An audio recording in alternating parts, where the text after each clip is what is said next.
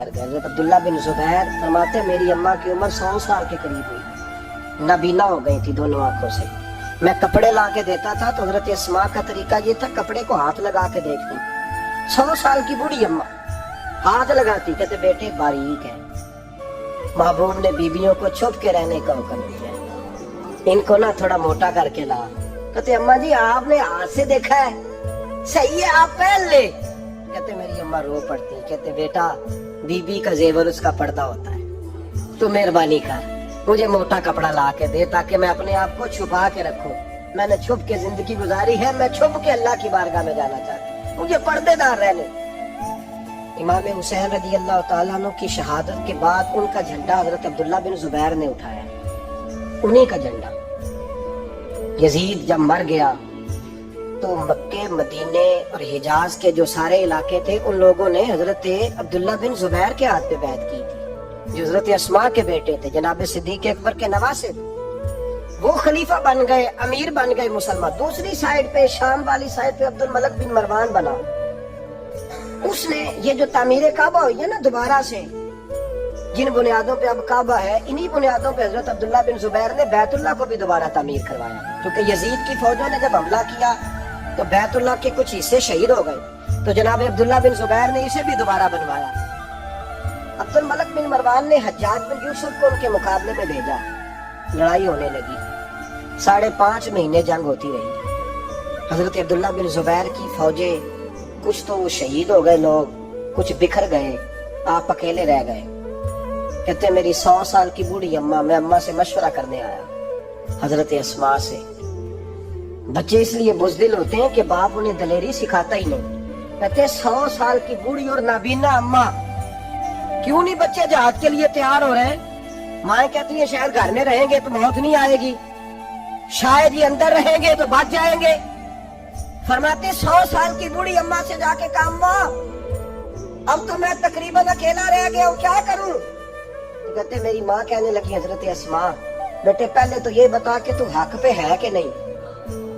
मैंने कहा अम्मा हूं तो मैं हक पे। तो कहने लगे जा फिर मैदान में खड़ा हो जा और जाके लड़, जब तक रब को मंजूर होगा तुझे जिंदगी देगा। और बेटा याद रख जिसे शहादत मिलती है उसे भी अल्लाह की मदद के साथ ही मिलती है, शहादत भी अल्लाह की मदद से मिलती है, मैदान में जा। तो कहते मैंने अपनी अम्मा से कहा अम्मा ये जो हज्जाज है बड़ा साड़ी, मैं सुना है जब किसी को कत्ल करता है तो लाश के टुकड़े टुकड़े कर देता है, दूध सारा काट डालता है। तो कहते मेरी अम्मा मेरे कंधे पे थपकी दे के कहने लगी बेटे बकरे को सिर्फ ज़िबा होते वक्त तकलीफ होती है, जब उस खाल उतारी जाए तो कोई तकलीफ नहीं होती, जब उसका गोश्त बनाया जाए तो कोई। तो बेटे घबराना ना, रहना मैदान के अंदर, देखना मैं तुझे भागता हुआ ना सुनूं, जा मेरा बेटा अल्लाह तेरी मदद करेगा। हजरत अब्दुल्ला बिन जुबैर कहते हैं मेरी माँ की गुफ्तगू ने मेरे वजूद को फौलाद कर दिया। फरमाते जज्बा जिहाद मेरी अम्मा ने मेरे सीने में भर दिया। जब मैं निकला मैदान में तो हजरत अस्मा फिर पुकारने लगी, कहने लगी अब्दुल्ला ये याद रखना कि तुम उसके बेटे हो जिसको मेरे नबी ने अपना हवारी कहा था, और नबी पाक ने तेरे बाप को दुनिया में जन्नत की बिशारत दी थी। और याद रखना कि तेरी दादी मुस्तफा की सगी फुफी थी, और ये भी याद रखना कि तेरे नाना वो है जिन्हें दुनिया सिद्दीक अकबर कहती है।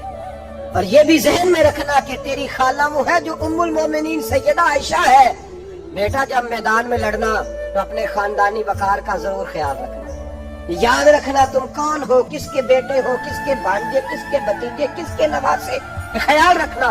हजरत अब्दुल्ला बिन जुबैर लड़े और जब शहीद हो गए तो हज्जाज बिन यूसुफ ने उनकी लाश को चौक में लटका दिया, मक्के के चौक में जहाँ जन्नतुल माला है, उस चौक में उनकी लाश लटकी। 14वां दिन हो गया लाश को लटके हुए, तो अब्दुल्ला बिन उमर गुजरे, फरमाने लगे ये देखो शाह सवार लटका हुआ है, और देखो 14 दिन बीत गए, इसके वजूद से जब भी कोई सूंघता है उसे मीठी खुशबू ही आती है।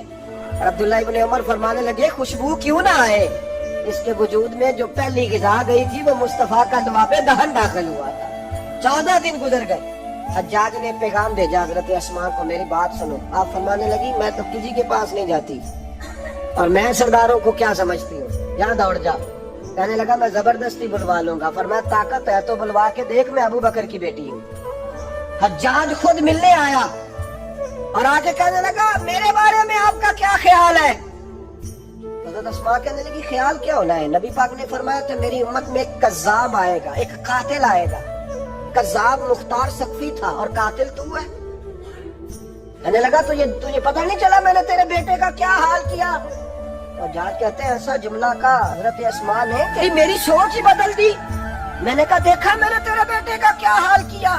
حضرت اسماء کہنے لگی تو نے تو صرف اس کی دنیا خراب کی ہے, اس نے تو تیری آخرت خراب کر دی. تجھے سمجھ نہیں آئی؟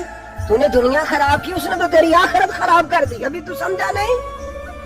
کہنے لگا اماں تو بوڑھی ہے, تجھے شاید پتہ نہیں کہ تیرے بیٹے کی لاش لٹکی ہوئی ہے.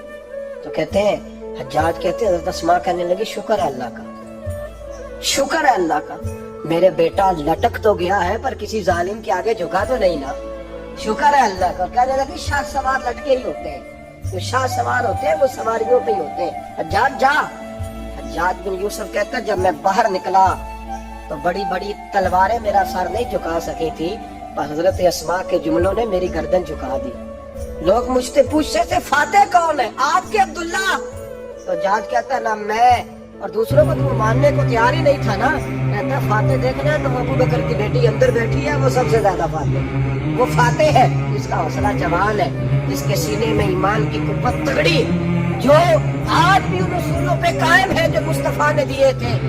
حضرت اسماء اپنے بیٹے کے شہادت کے 3-4 دن کے بعد ہی وصال کر گئے.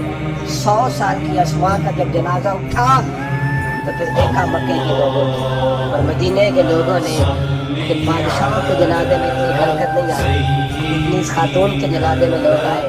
اور لوگ کہہ رہے تھے آج وہ خاتون دنیا سے گئی ہے جس خاتون نے اپنی زندگی کے 80 سال رسول اللہ کے دین کو